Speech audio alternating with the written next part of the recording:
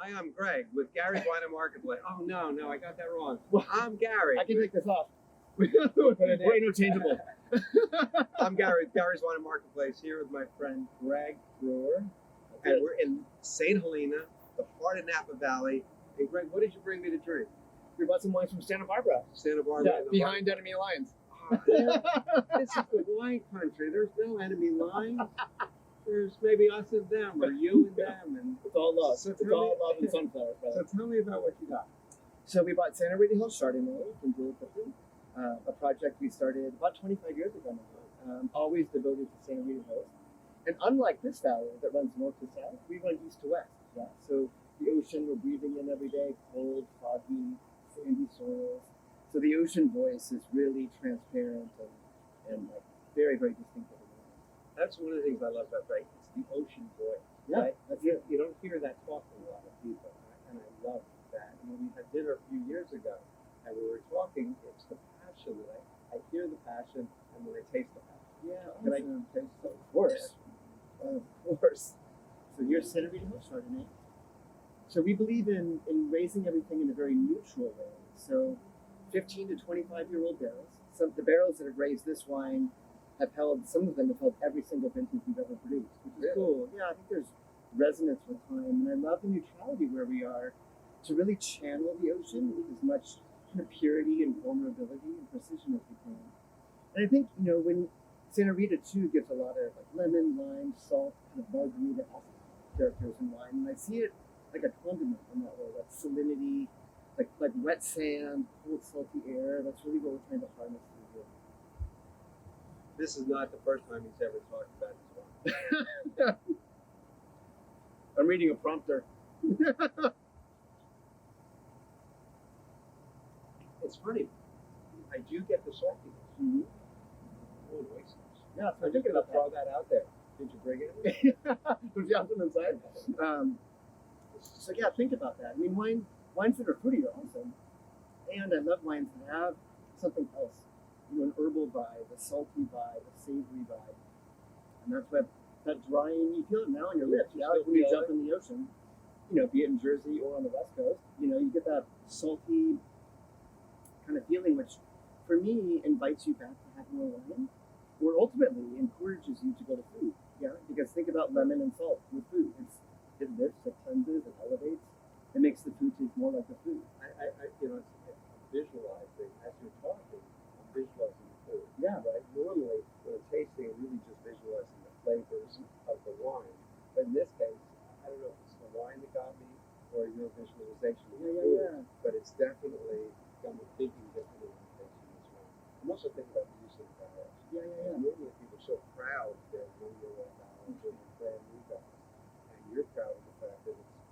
Some of these are from the 90s. Yeah, and you think about, and there's nothing wrong with the look. It's just a different aesthetic. And I think in this case, I love the vulnerability of working in a neutral setting. There's nowhere to hide.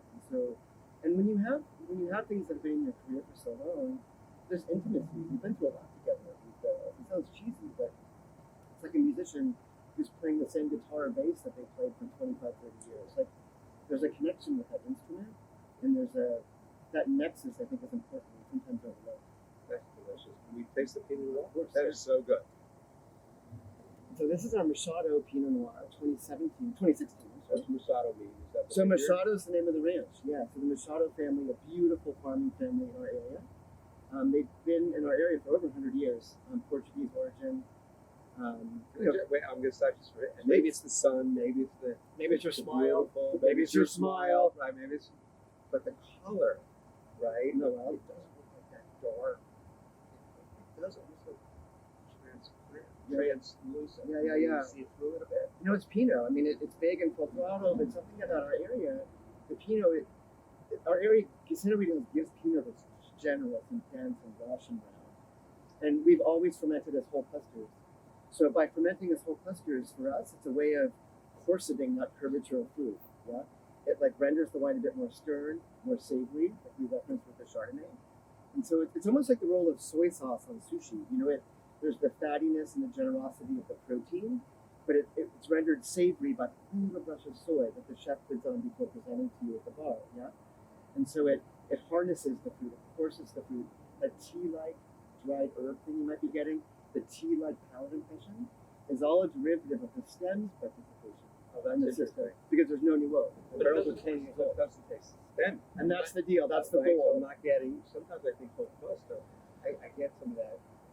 Actually stemmy. For sure. Which And that's a pitfall, kind of. Unless you're looking for it. But for I us, was looking for it because you said, as soon as you said it, I said, okay, let me look. And I didn't get that at all.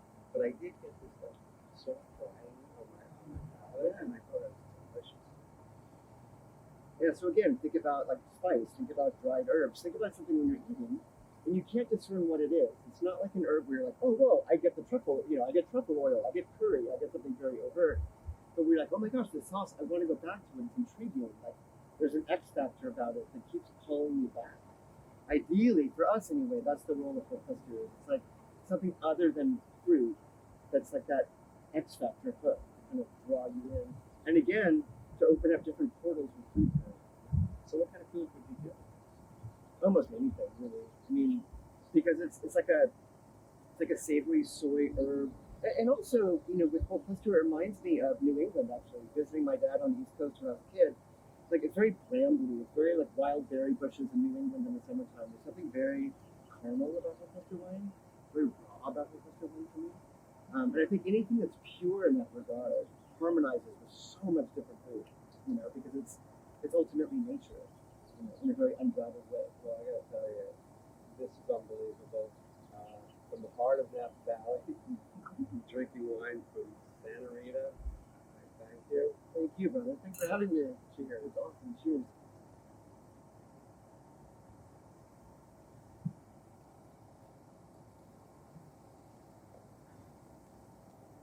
What you think? Great. You want to get some